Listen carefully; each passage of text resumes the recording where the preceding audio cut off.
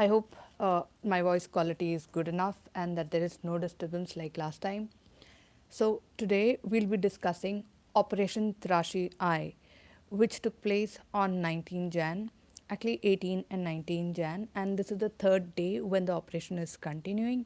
And as we all know, we lost one soldier, one para SF soldier in the operation, and 8 other soldiers were injured in the operation.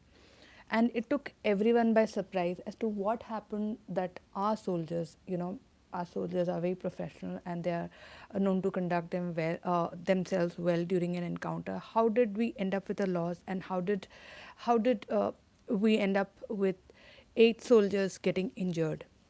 So, so this video is about exactly that. Now, so on 18th of Jan, there was an intelligence input, very specific intelligence input about 2 to 3 Jaish-e-Mohammed terrorists being at Chatru forest, and this is in Kishtwar. So RR, Rashtriya Rifle, and SS soldiers were involved in the operation, and apparently, when they first reached there, there were about 2 to 3 terrorists. So one source said that initially when they reached there, from the place where they actually live, they have these lookouts a little far away, placed little far away, and one of the lookout woke up and he fired at the soldiers, and then from there on the encounter began. Now, there was a very specific intelligence that Saifullah, one of the Jaish-e-Mohammed terrorists who has been in this area since last 2 years, it's almost 2 years now. He and there's one more terrorist with him. They have been in this area for 2 years now, and our forces are trying to hunt them down. So there was very confirmed information about Saifullah, and that he was here with his with 2 of his other members. Now, this place has about, at the max, has about 35 terraces. The area between Doda and Kishtwar, apparently, as per the reports, has about 35 terraces as of now. And Saifullah and his buddy, they've been in that area since last 2 years, and it's been a little tough on our soldiers. This area is heavily forested, and it's about 11,000 feet above the sea, about the about the sea level. I'm sorry. So when the operation began, um, the terrorists, once the lookout came to know that Indian soldiers were coming towards them, they started firing, and then they fired with under barrel grenade launcher, which is like you have your assault rifle, and just underneath that barrel you have a grenade launcher, and that UBGL, it's called UBGL. UBGL was used to lob grenades on Indian soldiers. So when the grenades, when they burst, and the soldiers who were climbing up, they got injured. That's why the number of injuries is so high. In fact, there was this operation last year also where a grenade blast had taken place and about 5 Indian soldiers were injured. So whenever there's like the number of injuries are higher than expected or losses are higher than expected, I do believe that grenades and such blasts would have impacted them. Anyway, so there was this intelligence based operation happening. They fired over their UBGLs, and 8 of our soldiers were injured and 1 was lost in the process. Now, this happened about 200 meters away from their actual hideout. And when, as the encounter progressed, the terrorists managed to escape from there. And when the Indian soldiers reached that area, they finally figured out a hideout. Now, since last Friday, Indian soldiers have been hunting, and they have been cordoning this area. Uh, they they realized. Thank you, Dipanjan. I can see your name, Dipin Raj. Sorry, I'm so sorry. I'm sorry, I'm deviating, but I had to thank you. So So when our soldiers reached near the hideout, this was the fourth hideout to be busted in last 1 week. Fourth hideout to be busted, and the last this hideout we have put out a shot in on our channel, and in that video you can very clearly see that this hideout looked like a studio apartment. It was huge. It was pretty long. It had a three burner stove.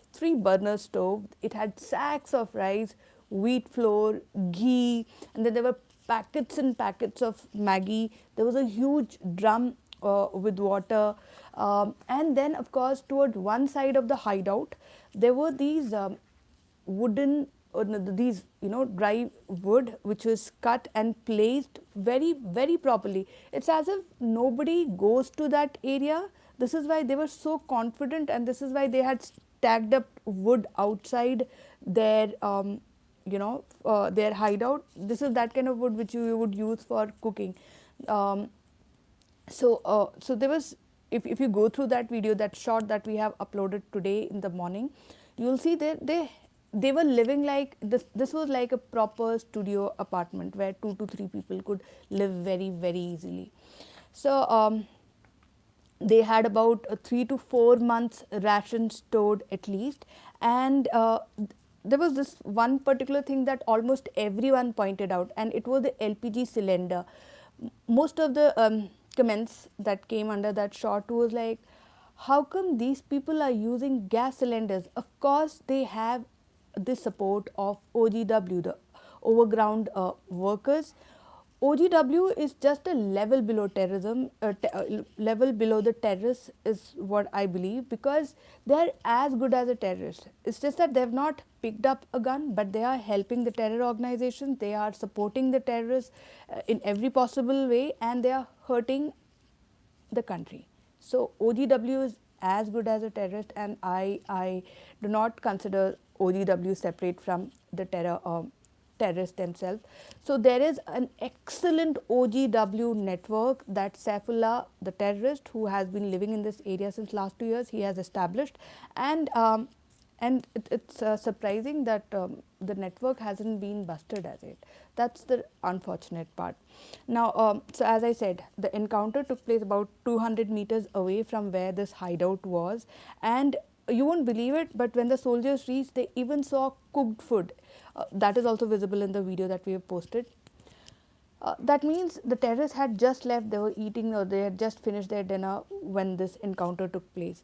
And when our soldiers get to such places which were inhabited by these terrorists, there's almost always a chance of getting booby trapped. I'm sure most of you know what a booby trap is, but booby trap is usually a surprise. It can be like an IED which is placed just so that when, let's say, our soldier is opening the door, it blasts. Or there can be a pressure triggered ones. You step on something and it blasts. So these can be booby traps. In fact, you would have seen our soldiers tying up the terrorist by his leg and pulling him after he's killed. This is because just before dying, these terrorists have a habit of, booby trapping their own body. They don't mind turning into a booby trap themselves. This is why Indian soldiers, you would have seen even the Pakistani soldiers do it. I have seen the Pakistani soldiers do it as well to the militants that they catch. So what they do is they tie what do you call it, a wire to the end of terrorist body, and then they drag them, and then later they are checked for all the booby traps, and then of course whatever is the system, whatever the standard operating procedure, they go forward with it. But even when they were heading for these hideouts, they have to check for booby traps.